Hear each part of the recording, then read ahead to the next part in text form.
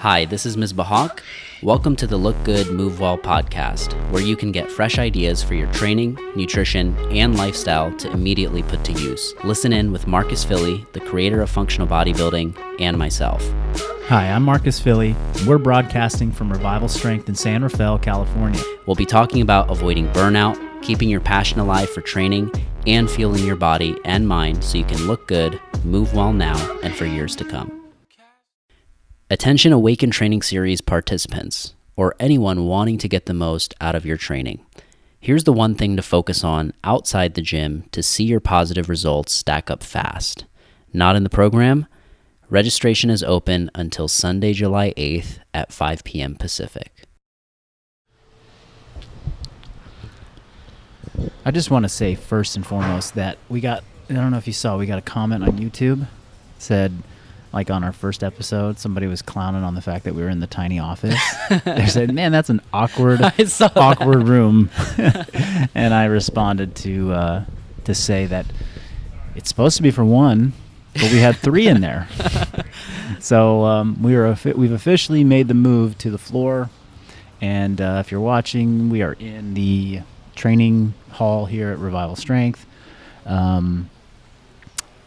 It's a lot more spacious and a lot cooler. Yeah. The other place got a little swampy in there when it was closed off. It was very humid. I'm sure Geeta's more comfortable behind the camera. Oh, so much more comfortable. Got a nice breeze coming through. She's looking over here like, are they talking about me? Anyhow, we're deep into Awaken Training Series launch week. Yeah. And we are excited to, provide another opportunity for people to join this training program and this training philosophy. And I think we want to just talk a little bit today about, a variety of common questions that we get about Awaken Training Series and what we've seen, over the past year and a half. And really for those people, hopefully that are in the training program as well, or have already signed up or on the edge of signing up, how they can best utilize these next 12 weeks to change in a variety of different ways. Yeah, because I think the difference, this is kind of the theme with any program that you're going to follow, is there is the actual written program that you're going to do in the gym, and then there's the 80% of things outside the gym that also kind of impact how much you're going to be able to get out of it. So, I know I've had my own experience with going through 1 through 4.0 in terms of like, which phases was I really dialed in all of the outside factors, and which phases was I kind of like wishy-washy, and how did that kind of impact my results.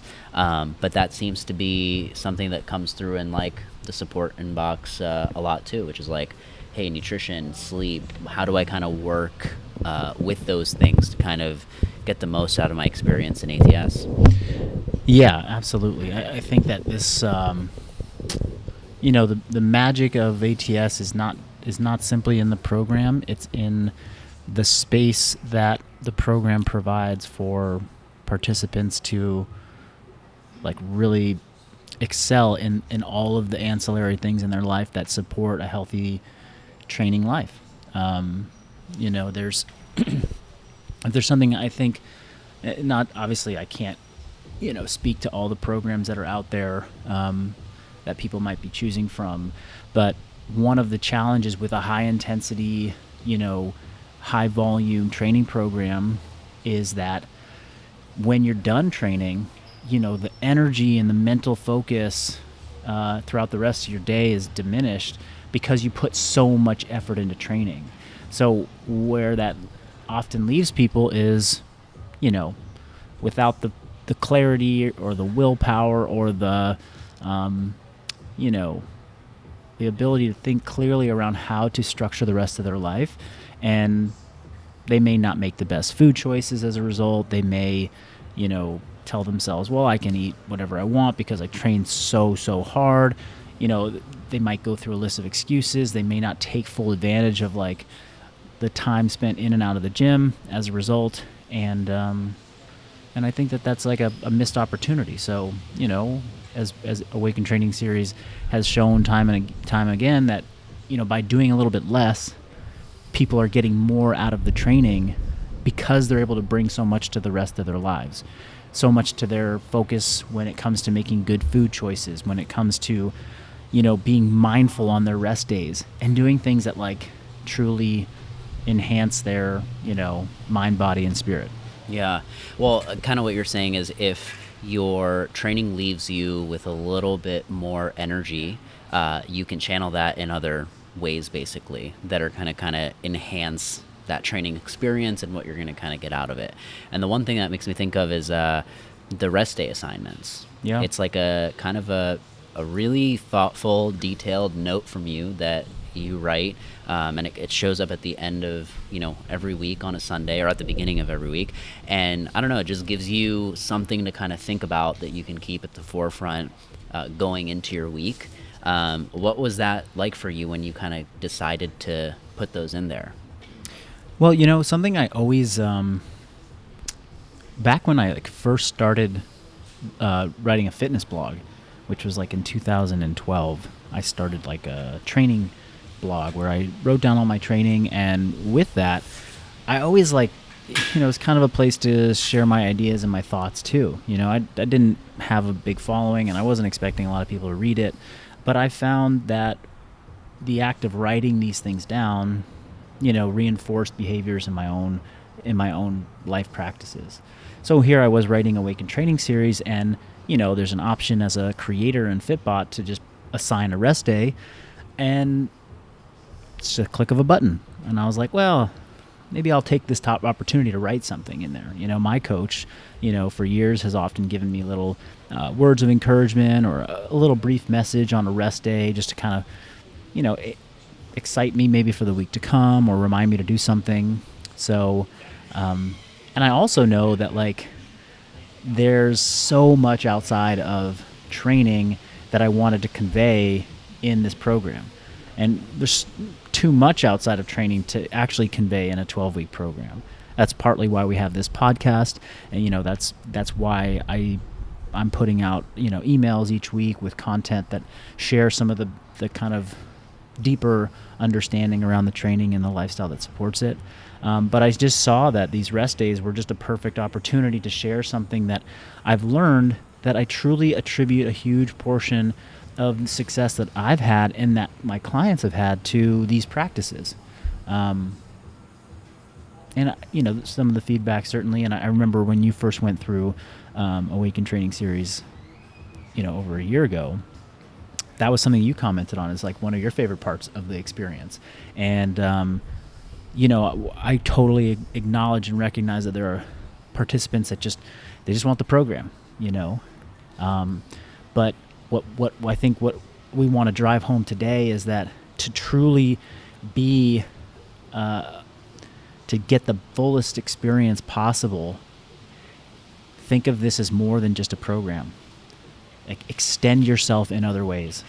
We'll talk about some of the example rest day assignments, but you gotta think about how you can grow and awaken other parts of you that are not just how well you can back squat and do a lunge. Yeah, it also seems like the momentum that you have from doing the actual training helps with this. It's like you actually have generated some momentum from getting in the training throughout the week. You're excited about it already, so you might as well dive into the other areas that you can use to start to really kind of 10x your results basically, and it becomes a little bit easier to do so. I don't know if other people have experienced this, but it's like when you're excited about your training, when you're doing your training, it feels great. It's like you're more inclined to do all the other pieces that kind of support it. So it just seems like a good opportunity to be able to dive in. Yeah, completely. Something that I know has happened for me is big changes that have happened in my life, whether they're lifestyle changes that have happened, training understanding and growth, relationship development. The changes happen in there's a phase that I'll go through where I'm motivated, I don't want to say like hyper alert, or I'm really engaged in a process, and it's during that time in those phases that I begin to truly embrace new habits and new ways of being in the world that I ultimately value and become part of my life. So with something like this, where it's like, okay, it's 12 weeks where people are they're going to build some momentum. They're going to build some excitement. It's like, it's a medium term commitment, right? It's not short term. You got to stick with it for 3 months. It's not long term. We're not talking about a year yet, or longer. We're talking about 12 weeks.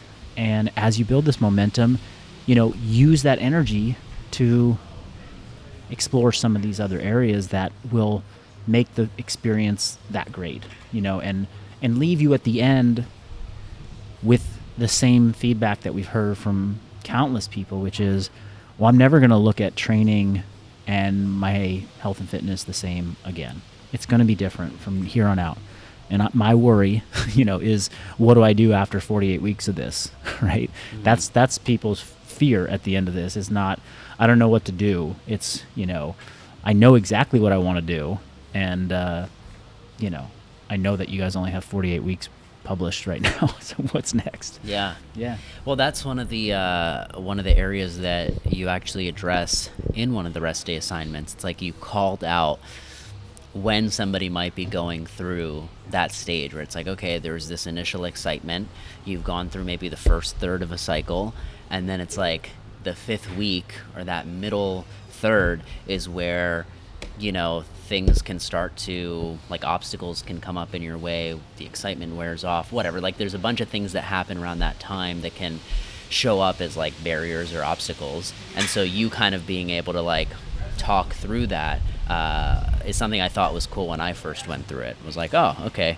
It kind of gave a little pep in my step, because it was like, oh, he knows that this is around the time that this happens, and it's also like, oh, okay, this is normal. It's not just me that this is happening to. Yeah, that's that's a great example of one of the ways that we approach rest day homework assignments. Is there's thought exercises that happen, right? So we might give you a physical, recovery method to engage in.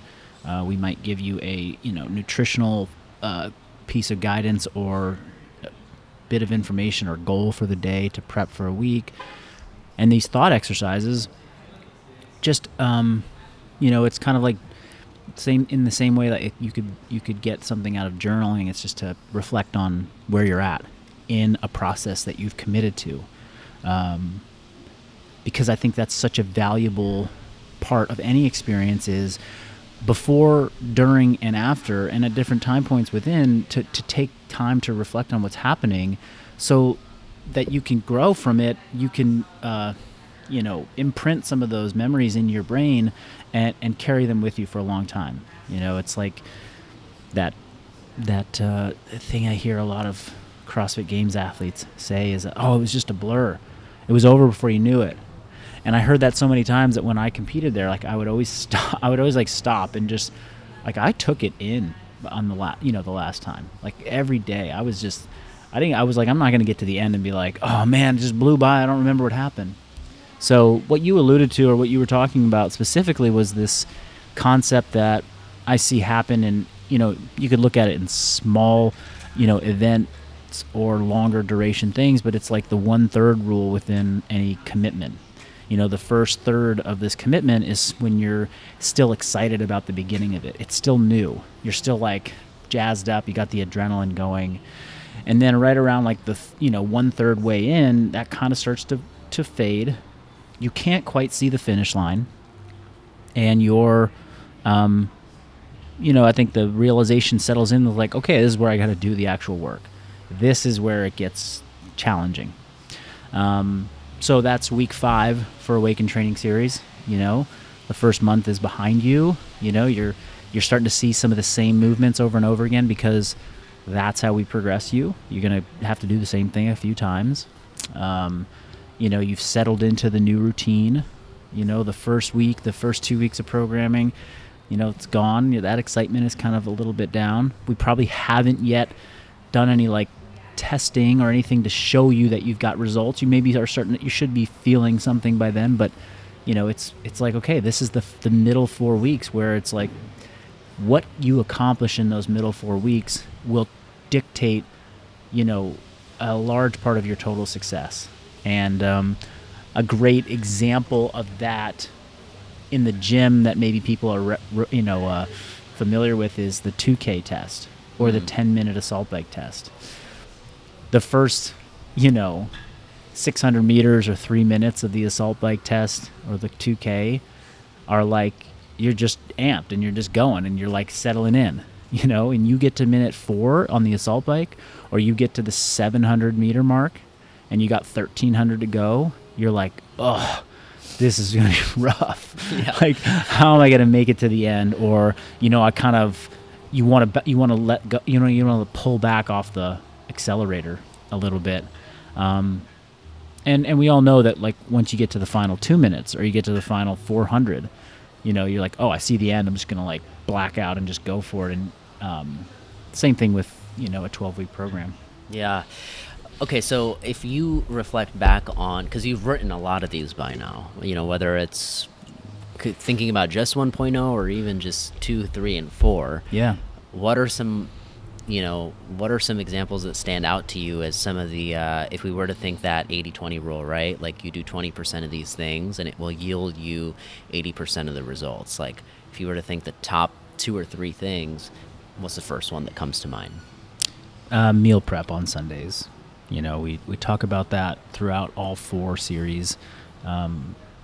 Different days, different number of days, rest days that we actually have a specific nutritional, guidance there.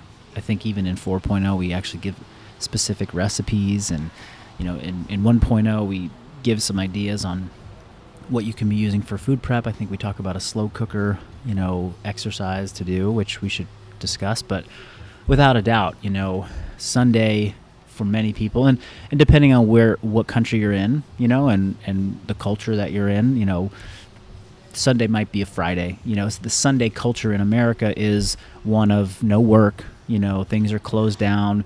People recover from their week and they get ready to start the work week and the busyness, on Monday.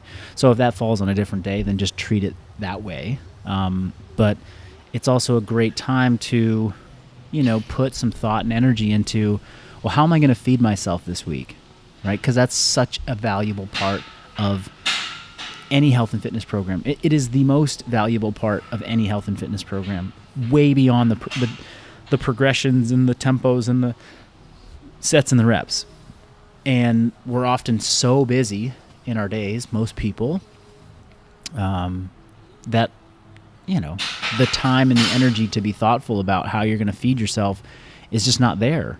And they end up making poor choices because there's no time, or they make poor choices because they're so exhausted from their training that they just can't be bothered to do anything but go and just grab a quick, easy thing at the store, which is oftentimes junk.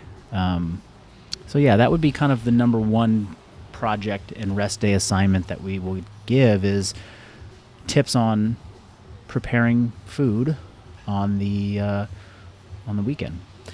How do you approach meal prep? Because I'm sure there's a ton of different ways to do it.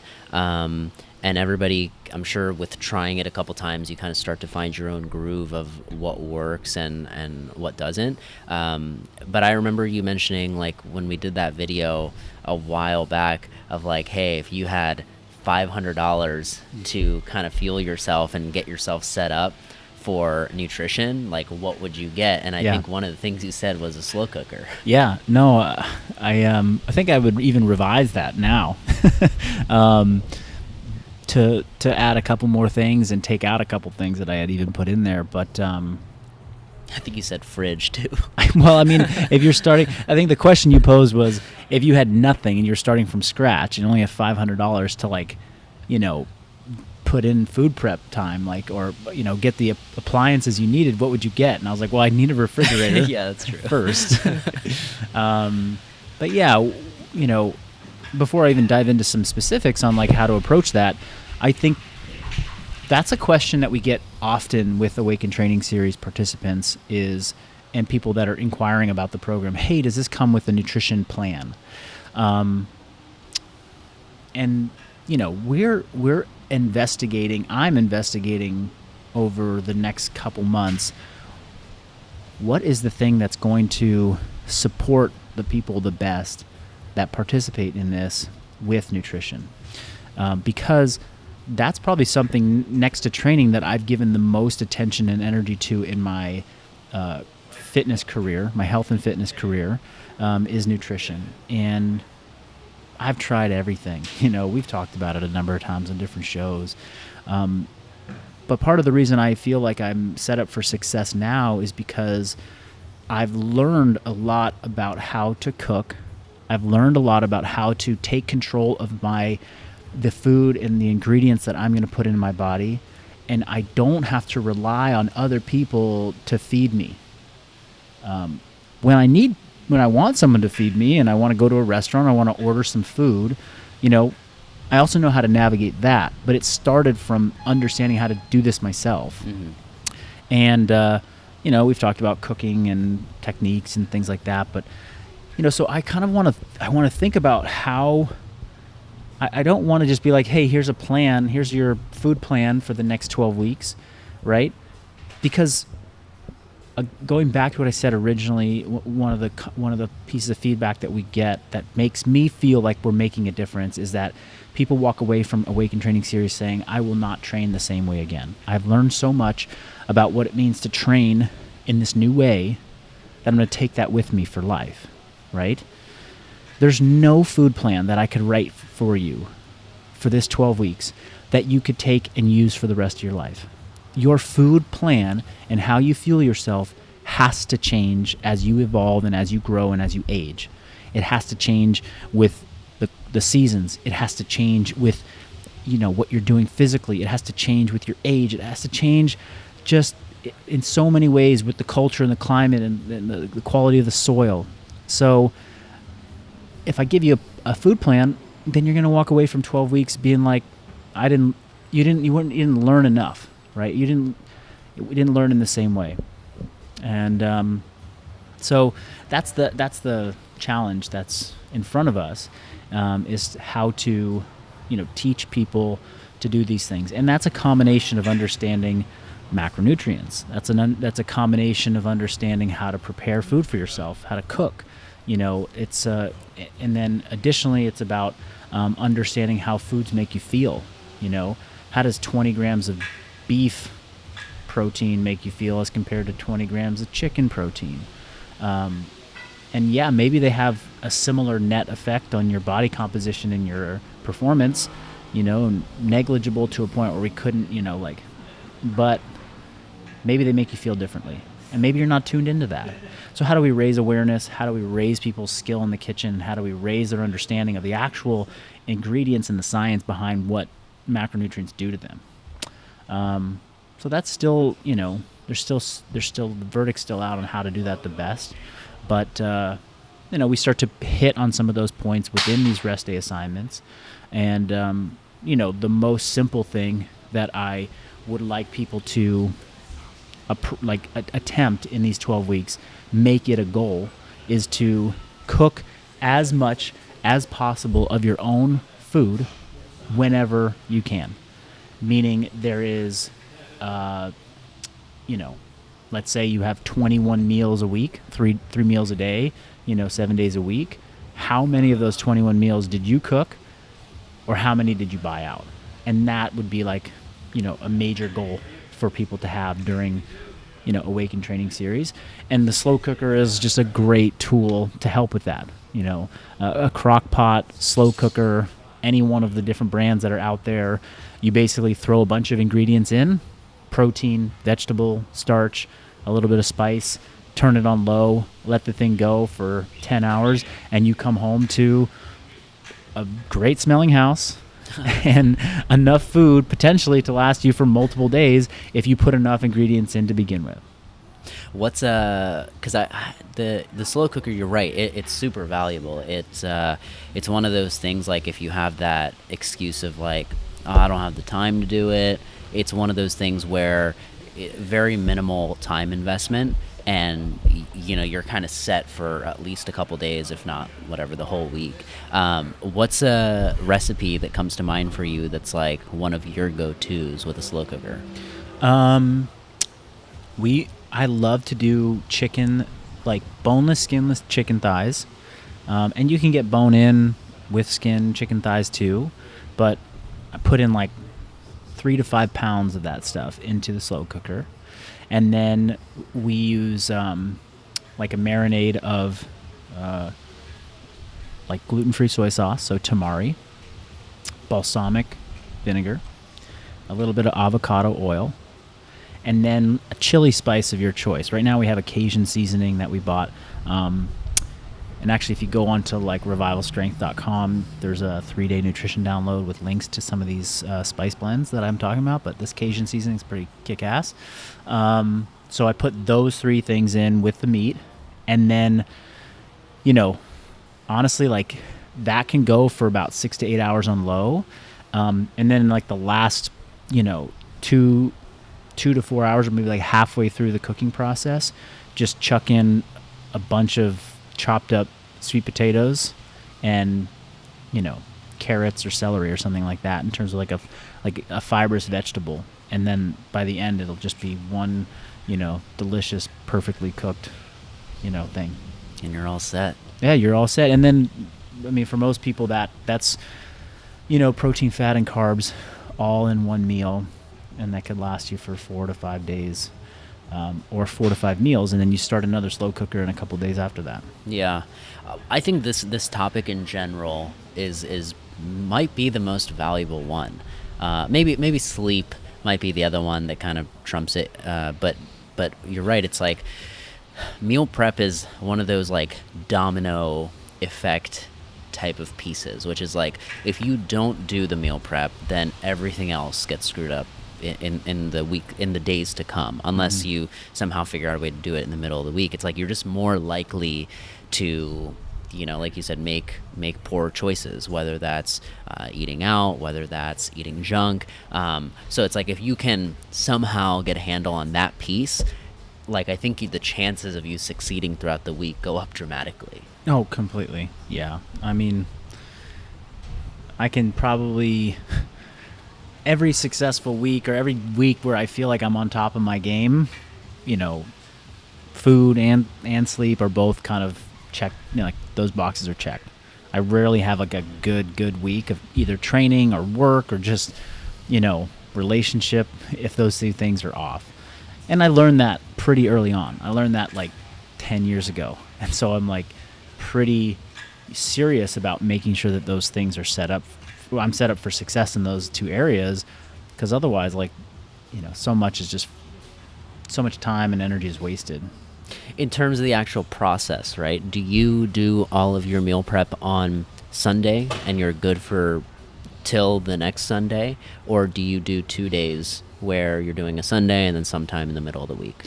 Yeah, we kind of have done sort of a day and a half, like, or Sunday is kind of a big day to prepare, because we have as a family, we don't have any real big obligations usually on Sunday. We go to the farmer's market, we purchase fresh stuff locally, and then we go home and cook. And we cook a lot. We cook, multiple different meats in larger quantities, vegetables and some starches, so that we can get through most of the week, usually till about Thursday. Then Thursday is another day where we work, but we don't train, and we have less, other commitments. And we usually take the afternoon, in the evening, to prepare some more food that will last us, until we get back to Sunday. So we'll start to get low on some things come Thursday, and that's another day of the week to sort of refresh, so we have food for Friday and Saturday. Gotcha. And in terms of the 21 meals, right? Are you preparing all 21, or do you do like lunches, breakfast, and then you make dinner, or other way around, like lunch, dinner, and you make breakfast, or something like that? Yeah, I mean, for us, it's lunch and dinner, and actually, I eat about 4 solid meals a day. So, let's say lunch or breakfast, lunch, and then second lunch, or however you want to call it. Those are all typically prepared, and I bring those with me to the gym. And then there's food that's prepared in the fridge, so that when I get home for dinner, I can pull it out and I can, whip something up quickly or make a salad really quickly because the vegetables have been washed and they've been chopped already. So that's pretty much Monday through Friday. And then Saturday and Sunday, there'll be probably one meal for each of us, for each day that we would go out or eat, with family members at somebody else's house and my parents' house, something like that, where, it's kind of not prepared prior to. Yeah. Yeah. That's pretty helpful. And I think that gives people kind of a starting point of what to think about in their own scenario and situation. It's like, for some people, I'm thinking of just like a couple clients who started trying this process and, they were successful with being able to do it for just lunches. That was like a big stretch at first. And so that was down. And I was like, okay, dinner is now the area where it's like, I'm so tired at the end of the day that dinner is like the hardest meal for me to, actually prepare and make and cook. So it's like, okay, well, maybe now the next step is like figuring out a way to make your dinner cooking process easier or eliminate it altogether and do it up front. Yeah. So it gives you a way to kind of just apply it to yourself and think about like, what are you currently doing? And then what's kind of the next little step above that? Yeah, I mean, that's kind of how we are approaching training too. It's like we take a little bit of an evaluation of where you're at in the first couple weeks. You get kind of settled into things. How am I going to make this a little bit better as I go? What weights am I using? I'm going to add a little bit of weight next week. Hey, I tried this technique. I went a little too fast on the rower and I kind of blew up. So I need to kind of learn that next week. Like, that's how people approach training. And they should be approaching their food that way too. It's a learning process. It takes years and years to develop like good, sound education and knowledge and confidence. And, without some like if you, again, back to like, if you're just following a plan that's like, do this, that doesn't always encourage a lot of awareness around what you're doing. It doesn't always encourage people to ask the questions of like, why is this what's hard about this for me? What's making this day difficult? The point you made, like your client realizing that the dinners are such a hard, like a struggle point, or the other client, who's realizing that the 3:00 hour is just difficult and they're reaching for bad snacks and they're realizing it's an emotional thing that's happening around their family and pickup time. And, without those check-ins with yourself, then, when the plan is over and when the plan needs to change, you're going to be like stuck without, answers because you haven't made those tweaks and you haven't looked to make changes. And for the person, just specifically the person that's struggling with dinner, it's like before you leave for the day, throw it all in the crock pot, and then you just come home and dinner's ready and you just eat it. Yeah. Yeah, the Crock-Pot should like sponsor this episode. I think Crock-Pot is an actual brand. It is, right? It's a brand. Yeah. It's a slow cooker is just like the device. Oh, yeah, you're right. Slow cookers, but Crock-Pot, if they want to sponsor us, we definitely take a sponsorship. 100%. Thank you, Crock-Pot. And then the new thing is the Instapot. Oh, I thought it was the sous vide. Well, the sous vide. So the Instapot is kind of like it's like a pressurized slow cooker kind of thing. It's a one vessel type of deal where you put all your ingredients in and then you turn on a setting like meat or stew or whatever, and it's like a slow cooker on like hyperdrive. Wow. You could literally slow cook like a pork shoulder that would take 10 hours in a slow cooker like in 35 minutes. What? Yeah, it's nuts. That's really fast. It's super fast. Wow. Okay. So it might be Instapot that's the sponsor. Maybe Instapot. We'll take either. Yeah. We'll throw up a Instapot right up here on the table for the shoot, and we'll do an episode where we actually cook a dish during the episode. Oh, that would be good. A 35-minute pressurized deal. Yeah. And then we'll grub like right here, and I'm liking this idea. That's a great call. Yeah. Okay, so nutrition, I feel like this gives people who are either going through Awaken Training Series at some point right now, or they're on the fence and they're about to jump in. It gives you kind of some tools to get the most bang for your buck in terms of having kind of like a complete transformation. Yeah, I think so. And I just, look, there's no way that you can go through this perfectly and have all the tools right to get the 100% benefit of every little last, detail. That's not the goal. The goal is to approach this with an open mind, be thoughtful around your training, be thoughtful around how you're recovering on your rest days, take some of these rest day assignments, to heart and put in the time and energy it takes to actually internalize some of the lessons. If there's an action item, go and practice it. And then by the end, you'll have gained a lot of knowledge, and it'll be a springboard for whatever's next for you, whether it's ATS 2.0, 3.0, 4.0, ID coaching with Revival Strength, or the next training program or the next experience you want to have in fitness. You'll learn from it, and you'll take some tools with you. Yeah, totally. Is there anything else that you'd like to leave people with? No, man, you just got you got a day and a half left to register for Awaken Training Series, and we just are so excited to be able to support people and make this happen. So come join us. We got an awesome growing Facebook community that's happening. It's super active, and we'll just see you on the social world. Yeah. Oh, and maybe on another note, if you are somebody who is deciding to kind of take the leap and jump in, go to speakpipe.com/lookgoodmovewell, and it doesn't even have to be a question, but submit like what your background is, why you're getting into it, and just kind of leave a message that we can potentially get to, and maybe we can use it for the show. But it would be nice to hear from people who are taking the leap. Yeah, definitely.